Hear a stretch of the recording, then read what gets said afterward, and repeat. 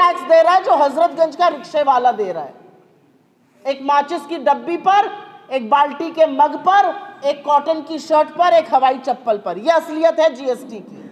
और जीएसटी को जिस तरह से बढ़ाया जा रहा है, रोजमर्रा की आवश्यक वस्तुओं पर जिस तरह से जीएसटी का प्रहार किया जा रहा है, उससे पूरी तरह से रायता फैलाकर रखा है सरकार ने पूरे देश में। आटे पर दही जीएसटी है, दही पर जीएसटी है, दवाई पर जीएसटी है, पढ़ाई पर जीएसटी है, अब पॉपकॉर्न पर जीएसटी है, पुरानी कार बेचने पर जीएसटी है। ऐसी कौन सी चीज है जिस पर सरकार जीएसटी जमकर नहीं वसूल रही है? शायद अभी तक सांस लेने पर टैक्स नहीं लगाया गया, बाकी हर जगह हर व्यक्ति टैक्स दे रहा है। हर महीने मोदी सरकार बढ़ चढ़कर सीना ठोककर बताती है हमने इस महीने इतना जीएसटी कलेक्ट किया। यह उपलब्धि नहीं है आपकी, यह आपकी विफलता है, क्योंकि इतना जीएसटी कलेक्ट करने का मतलब है आपने गरीब आदमी को और रेता, उसका गला और दबाया, उसका गला और घोटा और उससे पैसा और टैक्स और वसूला।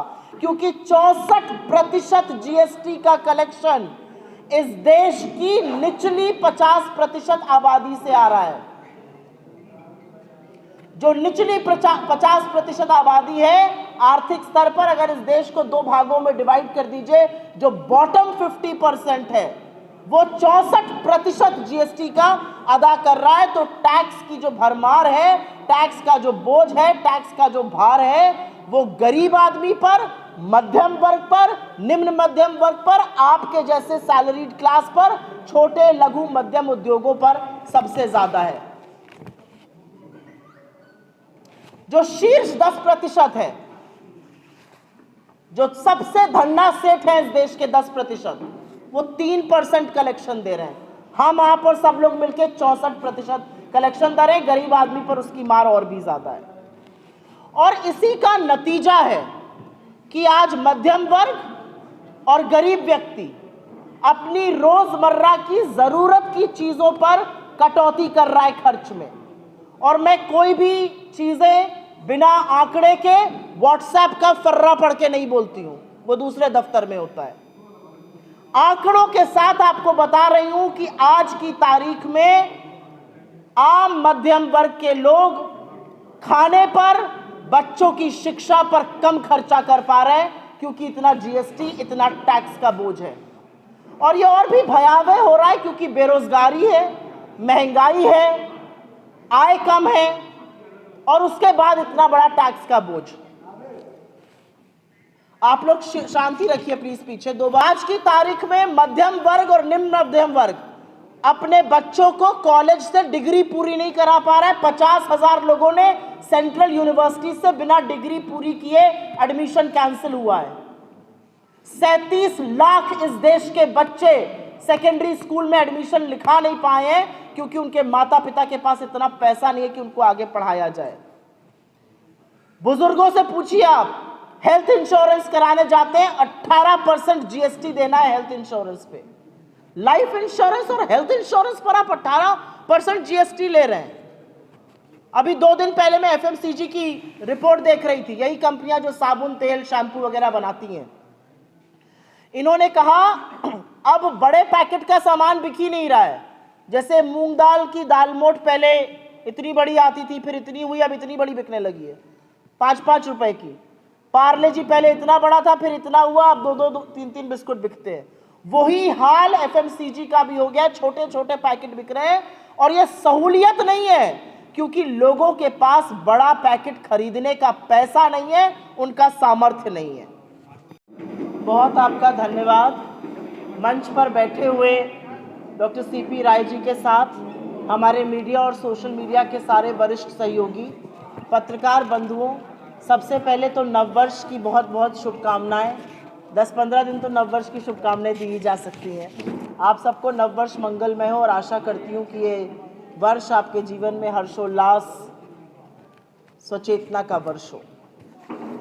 ये एक विशेष प्रेस वार्ता है जो हम लोग 12 शहरों में 12 वरिष्ठ प्रवक्ता आज कर रहे हैं। अगर पीछे थोड़ी सी शांति हो जाएगी तो मज़ा आएगा।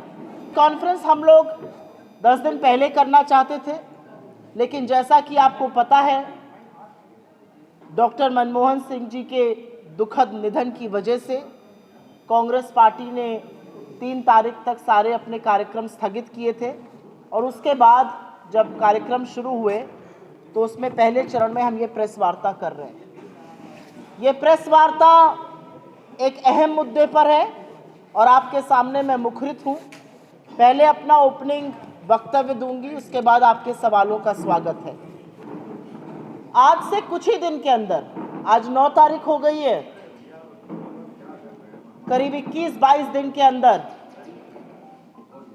इस देश में मोदी सरकार यूनियन बजट पेश करेगी और वो यूनियन बजट इस देश का भविष्य तय करेगा। अभी आपने देखा ही 48 घंटे पहले ग्रोथ रेट आई है 6.4%। तो वो जो यूनियन बजट होगा वो इस देश के अर्थव्यवस्था की, इस देश के रोजगार की दिशा और दशा दोनों तय करेगा। वो तय करेगा कि क्या इस देश में निवेश और उपभोग होगा, वो तय करेगा कि क्या महंगाई की मार से जो लोग जूझ रहे हैं उनको कुछ राहत मिलेगी, और सबसे बड़ी चीज वो तय करेगा कि आपके जैसे और हम जैसे तमामों करोड़ों लोग जो टैक्स की मार और टैक्स के बोझ के नीचे उसके तले दबते जा रहे हैं, क्या उनको कोई राहत मिलेगी। और किसी भी आकलन से पहले टैक्स पर आज बात करनी जरूरी है, क्योंकि आजाद भारत में पहली बार सूट बूट की नरेंद्र मोदी सरकार ने इनकम टैक्स को कॉर्पोरेट टैक्स से ज्यादा कर दिया है। मतलब जो धन्ना सेठ, जो बड़े बड़े पूंजीपति हैं, वो आपसे, हमसे, इस देश के गरीब वर्ग से कम टैक्स दे रहे हैं। गला आपका रेता जा रहा है टैक्स पर, आपके बच्चों की पढ़ाई, आपकी दवाई पर उसका असर पड़ रहा है। लेकिन टैक्स की चर्चा हो तो शुरुआत तो गब्बर सिंह टैक्स से ही करनी पड़ेगी। छुट्टियों का माहौल था, आप लोग भी गए होंगे सिनेमा देखने, हो सकता है 2 बच्चों के साथ गए हो। लड़के ने कहा हो मैं नमक वाला पॉपकॉर्न खाऊंगा, बच्ची ने कहा हो कि मैं तो सॉल्ट कैरेमल खाऊंगी, हो सकता है धर्मपत्नी ने कह दिया हो मैं तो मिक्स खाऊंगी। अब वही अड़चन आ गई, जीएसटी कौन सा लगेगा, 5 लगेगा, 12 लगेगा, 18 लगेगा। ये गुत्थी सुलझाने में पूरा देश उलझा हुआ है। और इसीलिए गब्बर सिंह टैक्स की बात करनी है, क्योंकि जीएसटी एक इनडायरेक्ट टैक्स है। आपकी पॉकेट में 5,000 रुपए है, आपकी पॉकेट में 500 रुपए है, आपकी पॉकेट में 50 लाख रुपए हैं, सरकार को कोई फर्क नहीं पड़ता। अगर आप आज की तारीख में कोई सामान खरीदते हैं तो गरीब हो या अमीर, उसको एक बराबर जीएसटी का टैक्स देना है। और इसीलिए इनडायरेक्ट टैक्स को डीमेरिट टैक्स कहा गया है। ये उपभोग पर टैक्स होता है, ये कंजम्पशन टैक्स होता है। आप जो भी खरीदिएगा, आपने जूता खरीदा, आपने शर्ट खरीदी, आपने आटा खरीदा, दही खरीदी, उस पर एक बराबर टैक्स देना है। इस देश का सिर्फ इतना कहना चाहती हूं कि 48 घंटे पहले जो सरकार का ग्रोथ नंबर आया वो 6.4% आया है। 7-8% भूल जाइए, डबल डिजिट मोदी जी बात करते थे, भूल जाइए। 6.4% 4 साल में सबसे कम, कोरोना महामारी के बाद का सबसे कम फिगर है। ये नंबर नहीं है, ये कितनी नौकरियां बनेंगी, कितना निवेश होगा, कितना उपभोग होगा, कैसे कैसे राहत मिलेगी, ये उसका सूचक है। और राहत मिलने वाली दिख नहीं रही है। सरकार के बददिमाग मंत्री और तमाम भाजपा के प्रवक्ता और उनके नेता कटाक्ष कर लें, कुछ भी कह लें। मनमोहन सिंह जी के शासनकाल में जीडीपी ग्रोथ रेट 10 वर्ष में औसतन 7.5% रही, उस वेबसाइट को ही बंद कर दिया जाता है। अपनी 6.5% है छुपाने के लिए, उससे फर्क नहीं पड़ता है। फर्क ये पड़ता है कि आप इस देश की जनता के लिए क्या कर रहे हैं। आप $5 ट्रिलियन इकोनॉमी का झुंझुना बजाकर गरीब आदमी का, मध्यम वर्ग का और निम्न मध्यम वर्ग का पेट नहीं भर पाइएगा। वो ढोलना आप बजा रहे थे 2022 के लिए, 2025 आ गया। और $5 ट्रिलियन इकोनॉमी बनने के लिए आपको 10% से ग्रो करना है, आप 7% ग्रो नहीं कर पा रहे हैं, 6.5 नहीं कर पा रहे हैं। आपको इन सब चीज़ों से कुछ अंधभक्तों की, कुछ चरण चुंबकों की खूब तालियां मिल सकती है, लेकिन ये समाधान नहीं है। समाधान कैसे होगा? जब सरकार समस्या समझेगी, समस्या को स्वीकारेगी, जो नहीं हो रहा है। अंत में इस मंच से हमारी मांग है कि भीषण बेरोजगारी, भयावह महंगाई, कम आय से जूझ रहे इस देश को टैक्स की राहत ये बजट दे। जीएसटी की दरें कम की जाएं, जरूरी रोजमर्रा की जिंदगी के सामान से जीएसटी को हटाया जाए, आवश्यक वस्तु, एसेंशियल आइटम्स और हेल्थ बीमा जैसी चीजों को जीएसटी से मुक्त किया जाए। और अंत में मेरा एक बहुत बड़ा सुझाव है, आपने हमारी स्कीमों के नाम चुरा के अपनी स्कीम बना ली, खूब मार्केटिंग करी, अच्छी बात है, हम भी आपसे सीख रहे हैं। हमारी एक न्याय पत्र, उसमें जीएसटी 2.0 का जिक्र है, जो जीएसटी के परिवेश को सरल भी करेगा और एक ताजा नए रूप से प्रस्तुत भी करेगा। उसको उठा लीजिए, अपने ही लिए, अपने ही श्रेय ले लीजिए, लेकिन इस देश के लोगों को टैक्स की कहर से कुछ राहत दीजिए। ये हमारी मांगे हैं। आपके सवालों का स्वागत है। अगर सवाल पहले जीएसटी और टैक्स और आर्थिक जगत से आएंगे तो मैं बहुत अनुग्रहित रहूंगा। 23-24 वित्तीय वर्ष की बात है, 2 लाख करोड़ रुपए की जीएसटी चोरी हुई है। ये इसके पहले वाले वर्ष से डबल है। पहले वाले वर्ष में 1 लाख करोड़ की हुई थी, 2023-24 में 2 लाख करोड़ की हुई है। इनपुट टैक्स क्रेडिट में धोखाधड़ी आम बात है, 35,000 करोड़ की चोरी हुई है। 25,000 करोड़ रुपए की जीएसटी चोरी जो हुई है वो 18,000 फर्जी संस्थाओं का खुलासा है, उसके थ्रू हुई है। और कोई सवाल? पहले मैं इस पर आंसर दूंगी।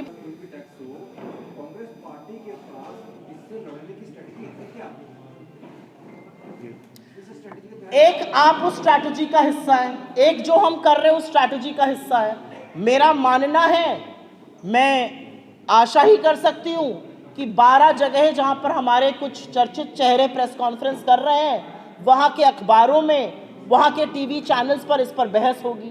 लोगों के सामने थोड़ा सच आएगा, लोग समझेंगे कि देश में क्या हो रहा है, लोग समझेंगे कि क्यों मेरे घर का बजट बिगड़ा वैसे पूरे देश का बजट बिगड़ा हुआ है। तो मुझे लगता है स्ट्रैटेजी का एक हिस्सा ये है। स्ट्रैटेजी का दूसरा हिस्सा है कि हम जीएसटी काउंसिल में इस बात को उठाएंगे, हमने पहले भी उठाया है। लेकिन हमारे सामने ऐसी सरकार है जिसकी वित्त मंत्री से बोलिए लहसुन प्याज महंगा हो गया, वो कहती है मैं लहसुन प्याज खाती नहीं। तो सरकार की संवेदनहीनता को दिखाना विपक्ष का काम है, वो हम कर रहे हैं। आवाज उठाना हमारा काम है, वो हम कर रहे हैं। लेकिन ये डिसीजन, ये निर्णय कार्यपालिका एग्जीक्यूटिव को लेना पड़ेगा, जो सरकार में है उनको लेना पड़ेगा। हमने जबरदस्त मांग उठाई, हेल्थ बीमा से 18% जीएसटी हटाइए, सरकार ऑलमोस्ट मान गई। हमें लगा हो जाएगा, हम तो स्वागत करने के लिए तैयार थे। बजाय हेल्थ बीमा से जीएसटी हटे, पॉपकॉर्न पर नया जीएसटी लग गया, पुरानी गाड़ी पर नया जीएसटी लग गया। तो मेरा अपना मानना है कि सरकार आम आदमी का गला जरूर मरोड़ रही है, पूंजीपतियों को फायदा पहुंचा रही है। स्ट्रैटेजी का एक हिस्सा ये है कि इस पर चर्चा तो शुरू हो। नतीजा आपको उपभोग पर दिख रहा है, कंजम्पशन पर दिख रहा है। मैंने कहा ना, लोग रोजमर्रा की जो चीजें हैं उस पर कम खर्चा कर रहे हैं। यही नहीं, लोग अपनी बचत से पैसा निकाल के खर्चा करने को मजबूर हैं। हिंदुस्तान का सेविंग रेट 50 साल में सबसे कम लेवल पर है आज की तारीख में। करीब 9.5 लाख करोड़ रुपए सेविंग के उड़ गए पिछले 5 सालों में। लोग मजबूर हैं अपने ईपीएफ, अपने बैंक अकाउंट की सेविंग से निकालकर खर्चा करने के लिए। यही नहीं, 2024 के चुनाव में महामानव ने कहा था मंगलसूत्र छीन लेंगे।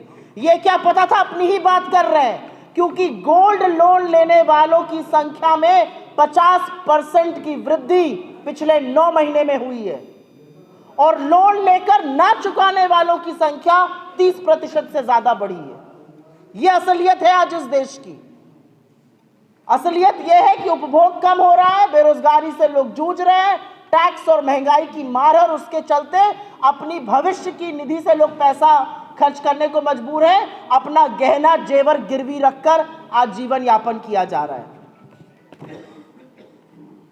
लेकिन ये जो जीएसटी की गुत्थी है उसको सुलझाने से पहले एक यहां पर तथ्य रखना जरूरी है।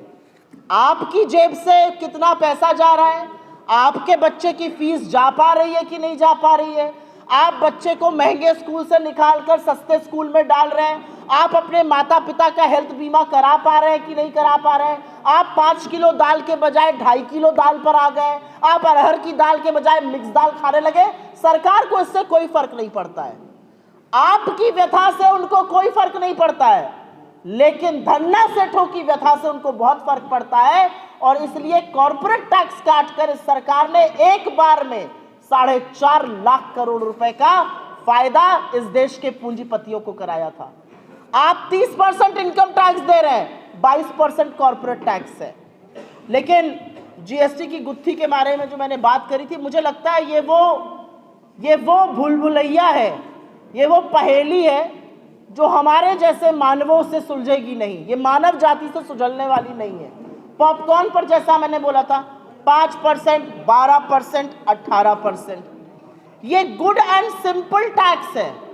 जितना सिंपल रहेगा उतना इजी रहेगा। कांग्रेस पार्टी पैरोकार है कि एक नहीं तो ज्यादा से ज्यादा 2 लेवल ऑफ टैक्स होना चाहिए। इस सरकार में आपको पता है कितनी जीएसटी की दरें हैं? कोई बताएगा मुझे यहाँ पे? 9, एक नहीं 2 नहीं 9 जीएसटी की दरें हैं। 0%, 0.25%, 1.5%, 3%, 7.5%, 12%, 18%, 28%। और इनमें अगर आप सेस और सरचार्ज को शामिल कर लीजिए तो 50 और आ जाएंगी। लेयर पे लेयर पे लेयर जीएसटी की है और इसको ये कहते हैं गुड एंड सिंपल टैक्स।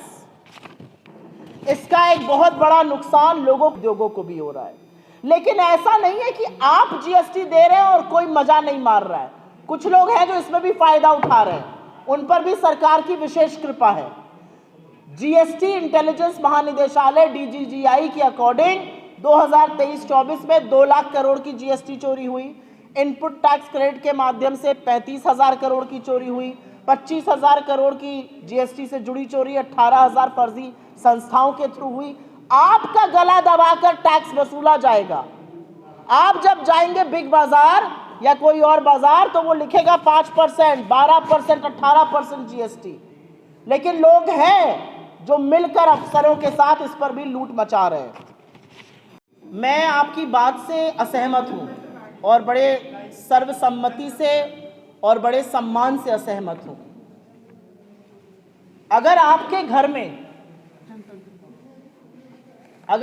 घर में बच्चे की पढ़ाई पर, दवाई पर, खाने पर कम खर्च हो रहा है तो आप शहर में रहिए या गांव में रहिए, आपको वो बात चुभ रही है और ये किसी को समझाने की ज़रूरत नहीं है। एक माइक ले लीजिए और मत बताइए आप कहाँ से हैं और चले जाइए गांव में, और जितने अच्छे से ग्रामीण अंचल के लोग ये बात समझा सकते हैं वो शहर के बहुत भक्त नहीं समझा पाएंगे। ये मैं आपको दावे के साथ कह सकती हूँ, ग्रामीण परिवेश से आती हूँ इसलिए और अच्छा कह सकती हूँ। जो गांव का आदमी है वो आपको 4 बातें और बताता है। यूरिया की बोरी 50 की थी, पैसे वो 45 की हुई, कैसे उसका दाम बढ़ा, कैसे उसका दाम घटा। मैं आपको एक महाराजगंज में थी और एक बिल्कुल ग्रामीण परिवेश का व्यक्ति मुझसे मिलने आया था। सवेरे सवेरे की बात है, ऐसे ही जनवरी फरवरी का महीना था और हमने उनको चाय और बिस्किट जो आता है उसको दिया जाता है वो दिया। उसने पार्ले जी का बिस्किट खाकर वो बात कही जो आज तक शहर में किसी पढ़े लिखे तथाकथित व्यक्ति ने नहीं कही थी। उसने कहा इहो उड़ा गई ले, ये भी लेके डूब गए। बड़ा पैकेट आता था, छोटा पैकेट हो गया। ये गांव का व्यक्ति खूब समझ रहा है, तो गांव के व्यक्ति को बिल्कुल मूर्ख मत समझिए, खूब समझते हैं लोग। मुझे ऐसा लगता है जिस दिन मुद्दों पर बात होने लगेगी, जिस दिन आप जैसे मूर्धन्य पत्रकार टीवी पर बैठकर ताल ठोक कर एक बार ऐसे ऐसे करके सरकार से बोलेंगे महंगाई की मार कब खत्म होगी, घुटने पर ले आएंगे आप सरकार। 2014 के पहले आप लोग ये करते थे, 2014 के बाद से थोड़ा कम कर दिया ये कर। चुनाव में बहुत सारी बातें कही जाती हैं। कांग्रेस पार्टी पर एक ही दल है इस पूरे देश में, भारतीय राष्ट्रीय कांग्रेस, जिसके साथ बीजेपी की साठगांठ पर कोई आरोप नहीं लगा सकता, जिसका पूरा आंदोलन आरएसएस ने खड़ा किया, जिनको छोटा संघी बुलाया जाता है, जो जब दिल्ली में दंगे होते हैं चुपचाप बैठ जाते हैं, जो गुजरात जाते हैं बिल्किस बानो का नाम नहीं लेते हैं, जो अपने साथियों को जो एक वर्ग विशेष से आते हैं उनको दूध की मक्खी की तरह निकाल देते हैं, उनके मुंह से ऐसी बातें अच्छी नहीं लगती। मैं शालीनता और मर्यादा इस मंच से नहीं छोड़ूंगी। मुझे ऐसा लगता है जो उन्होंने कहा है वो हास्यास्पद है, फिजूल की बात है। आम आदमी पार्टी है, कांग्रेस और आपको मिलकर लड़ना चाहिए, संजय राउत ने उसका समर्थन किया है। कांग्रेस की अधिकृत प्रवक्ता आपके सामने मैं बैठी हूं, राष्ट्रीय प्रवक्ता हूं, CWC की मेंबर हूं, जो highest decision making body Congress party की है। ये उनका निजी बयान हो सकता है, ये पार्टी का बयान नहीं है। अभी एक मिनट,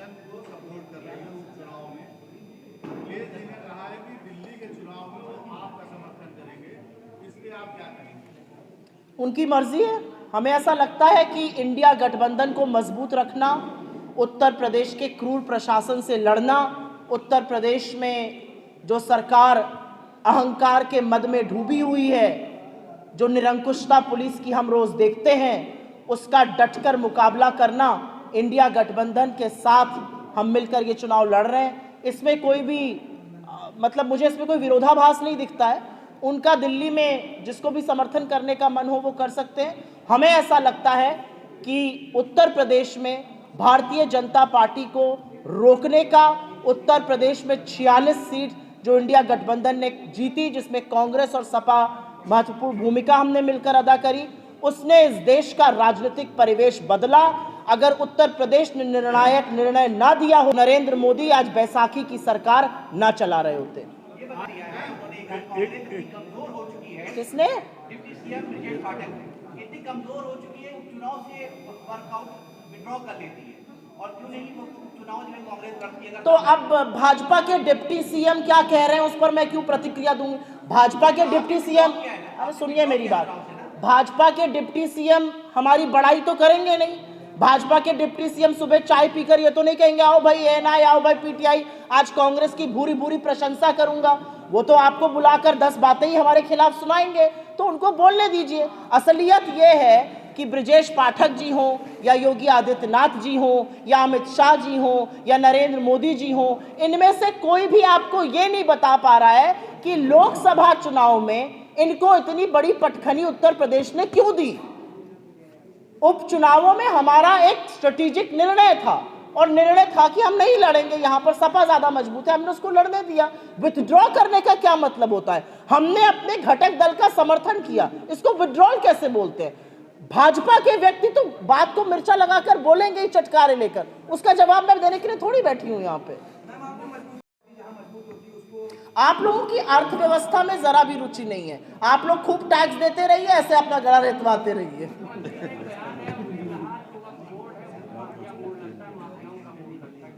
मुख्यमंत्री ने पहली बार ऐसा नफरती बयान दिया है। हाँ पूछिए, आप पूछ रहे थे। मैं कह रहा था, आप बात करी थी मजबूती, जो आप बात कह रहे हैं कि जो अलायंस है उत्तर प्रदेश में बिल्कुल सीट पर चुनाव नहीं लड़ रहा है, समर्थन कर रहे हैं आप समाजवादी पार्टी को, और वहीं अखिलेश कह रहे हैं कि दिल्ली में जो चुनाव होगा तो वहाँ पर। इसका जवाब मैंने दे दिया, एग्जैक्टली सेम सवाल था। ये हो चुका है, कुछ और लाओ। आइडियली जो मैसेज करने हो कोई भी पार्टी हो वो आइडियल पर चलती है, और ऐसे में जब ये मैसेज आ रहा है। हाँ बताओ। आपका सवाल उन्होंने, एक मिनट मैं बोल रही हूँ, आपका सवाल उन्होंने पूछा था, मैंने बिल्कुल स्पष्ट जवाब दिया है, दोबारा से मैं क्यों दोहराऊंगी? नहीं, ऐसा बिल्कुल नहीं है। सपा और हमारा हरियाणा में भी गठबंधन था, सपा और हमारा महाराष्ट्र में भी गठबंधन था। दिल्ली में उनको समीकरण दूसरे लग रहे हैं अपने अनुसार, तो उन्होंने आपके समर्थन का फैसला किया है। हमें समीकरण दूसरे लग रहे हैं, हमें लग रहा है पिछले 11 सालों से दिल्ली के साथ नाइंसाफी करी गई है, 10 सालों से इनके शासनकाल में, तो जवाबदेही की जरूरत है, तो हम उस हिसाब से चुनाव लड़ रहे हैं। हम एक थान के कटे हुए कपड़े नहीं हैं, हम वैचारिक रूप से एक साथ खड़े हैं, और इसमें अटकलें लगाना, इसमें फप्तियां कसना, ये काम बीजेपी को करने दीजिए। परिवर्तन हो रहा है, संगठन परिवर्तन हो रहा है कांग्रेस कहाँ पे? अच्छा, संगठन परिवर्तन हो रहा है। आप CWC की मेंबर हैं और प्रियंका गांधी प्रभारी रही उत्तर प्रदेश की, उनको यहाँ मौजूद होना चाहिए। ये कौन कह रहा है? होना चाहिए था, ये कौन कह रहा है? मैम मेरा सवाल है, यहाँ होना चाहिए था, बड़ा परिवर्तन है संगठन। नहीं, ये सवाल है आपका कि आपकी टिप्पणी है? टिप्पणी है तो मैं स्वागत करती हूँ उसका। सवाल है तो बेतुका सवाल है। क्योंकि उत्तर प्रदेश के एक राष्ट्रीय महासचिव प्रभारी हैं अविनाश पांडे जी, वो 7 दिन तक यहाँ बैठे हुए हैं, वो सिलेक्शन कर रहे हैं। मैं भी उस जूरी की मेंबर थी, 2 दिन मैं भी यहाँ पर रही, फिर मुझे दिल्ली की वजह से वापस जाना था। तो ये मुझे बेतुका लगा थोड़ा सवाल, इसलिए मैंने पूछा। और कोई सवाल भाई? ठीक, बहुत बहुत धन्यवाद।